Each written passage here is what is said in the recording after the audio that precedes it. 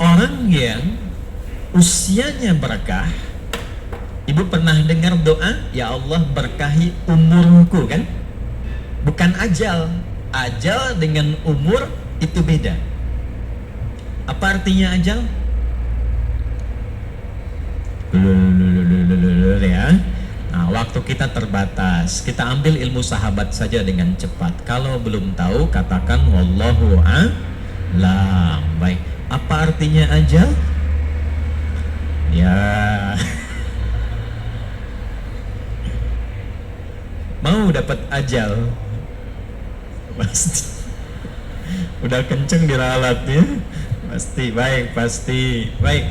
Ajal itu pada mulanya, pada asalnya itu yang kita sebut dengan usia, batas kehidupan. Ajal itu batas kehidupan. Jadi usia itu kalau dibawa ke bahasa Qur'annya atau bahkan bahasa Arab standar, itu asalnya namanya ajal. Setiap kita itu kan ada ajalnya, ada batas usianya. Dalilnya coba diambil satu saja, Quran surah ke-7 ayat 34 misal. Ya, Quran surah ke-7 Al-A'raf ayat 34. Walikulli ummatin ajal.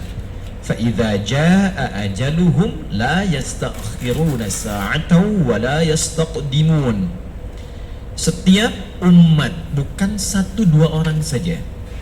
Semua yang menjalani kehidupan di bumi itu punya batas usia. Kenapa ditekankan kata ajalnya? Untuk memberi kesan bahwa kehidupan di dunia ini tidak abadi. Penting dicatat itu, Bu, ya. Kehidupan di sini tidak abadi, akan ditinggalkan. Karena itulah ketika ditinggalkan, diumumkan kan, telah meninggal dunia. Nah, artinya ajal telah tiba.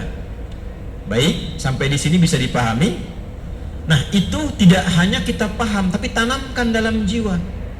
Di sini tidak abadi, akan pindah ke tempat lain. Nah, pertanyaannya, ketika pindah ke tempat lain itu meninggalkan jejak yang baik tidak di dunia. Ibu kan keluar dari sini, setidaknya baru keluar sudah dibincangkan kan? Masya Allah, jamaahnya rapi, tertib, nggak ada sampah ketika selesai kajian. Kemudian jamaah-jamaah yang sekarang ngaji tenang, tidak ada yang ngobrol, itu kan? Nah, itu jejak kebaikan yang ditinggalkan.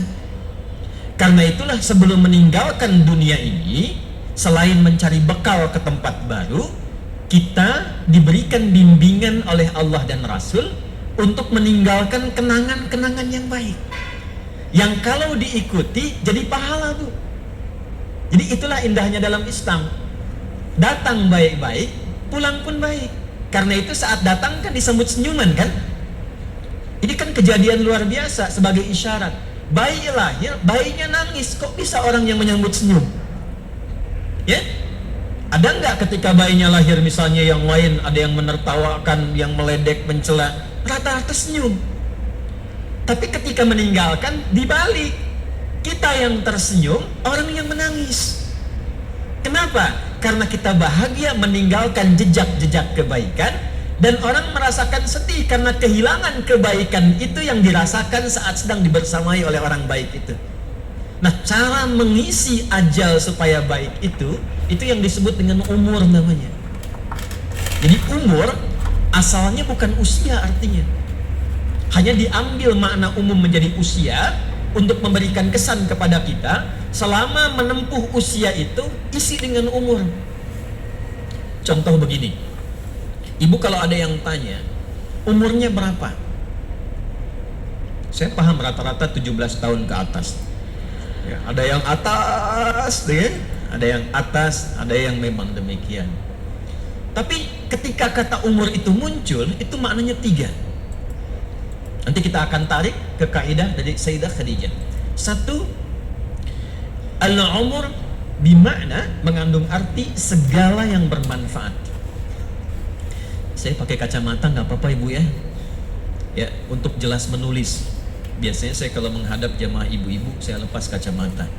Ya, Walaupun saya sudah berdoa kepada Allah dan sudah menanamkan pada diri saya, hanya istri saya yang paling cantik. Itu sudah doa saya yang paling utama. Ini live nggak? Tenang bun ya, aman insya Allah. Iya. Dan saya memohon kepada Allah demikian. Ya Allah, jadikan siapapun yang aku pandang tetap istriku yang paling mulia. Dan jangan pernah tanamkan pada jiwaku keberpalingan dari istriku dan ketertarikan selain apa yang istriku ridhai. Jadi ibu jangan berharap banyak kepada saya. Ya.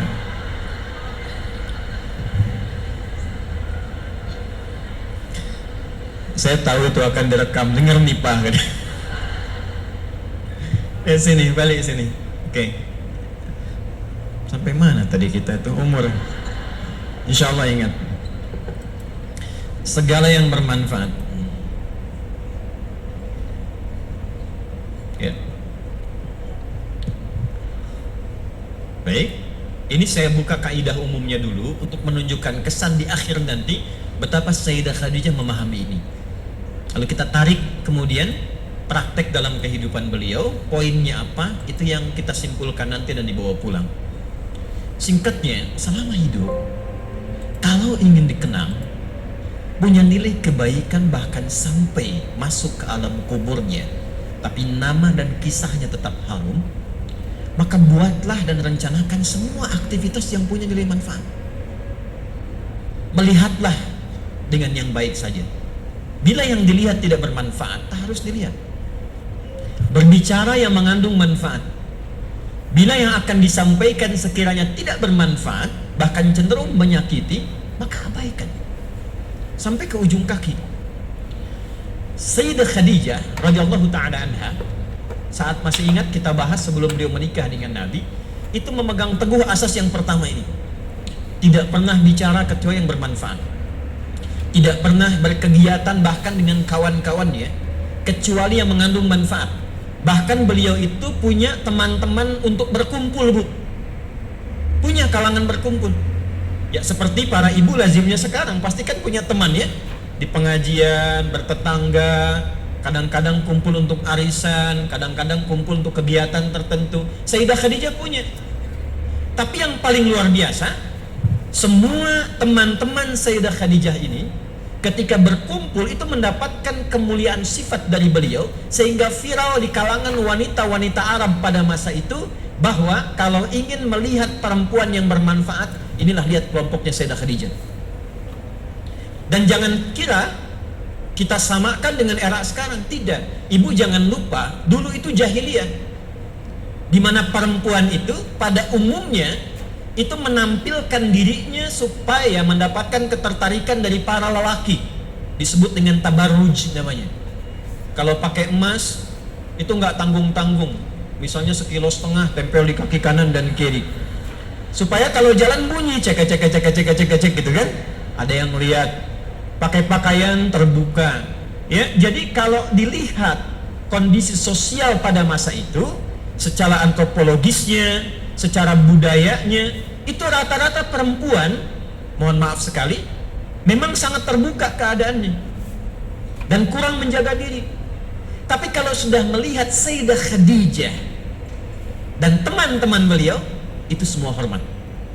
Nyaris tidak ada yang mau bicara di depan Sayyidah Khadijah, saking hormat dan kagumnya atas wibawa beliau. Ya semua diam. Dan saat ada orang yang usil pun pada Sayyidah Khadijah, itu teman-temannya ini sebelum menikah dengan Nabi, itu teman-teman sekitarannya itu langsung melindunginya. Berbuat sesuatu yang Allah telah tetapkan itu, jika kita menjalaninya dengan istiqamah dan dilakukan karena Allah, maka Allah yang menggerakkan hamba sekitarannya untuk menjaga hamba dimaksud. Jadi kalau dari sekarang ibu menjadikan semua aktivitas usia itu untuk menaati Allah, ya tidak harus dalam konteks sholat saja. Bukan hanya sholat, bukan hanya baca Quran. Saya ingin mengisi sisa hidup saya untuk menaati Allah. Mulai sekarang saya akan gunakan pandangan pada yang Allah sukai saja. Saya akan gunakan pendengaran pada yang Allah sukai. Saya akan gunakan lisan pada yang Allah sukai. Kata Allah, jangan gibah. Saya tahan gibah. Saya tidak, Ustaz. Bagus. Tidak seperti ibu itu tuh. Kalau bicara, masih berarti. Tahan. Tahan. Itu kalau bisa dilakukan, Allah balas, mengangkat di bawah ibu. Jadi dari segi umur, itu akan dikenang. Ini orangnya orang berwibawa, orang baik. Ibu kalau nggak percaya silakan. Kalau melihat orang salih, solihat, malu kan kalau berkata kotor? Coba silakan, mau berkata yang kurang baik, walaupun terbiasa bergaul di tempat yang kurang bagus, bertemu orang begini nggak mau mengeluarkan kata-kata kotor. Saya kalau ketemu preman, Bu, nggak pernah berkata-kata kotor pada saya. Assalamualaikum Ustaz, Assalamualaikum Pak Kiai, doakan ya. Padahal sebelum itu dengan kawannya, keluar Ragunan keluar, tuh kan? Bahasa-bahasa yang tidak normal keluar. Tapi ketika kita berusaha menaati Allah dalam hal yang simpel saja, turunlah kemudian jawaban dari Allah dengan melindungi sifat-sifat baik kita untuk dikenakan.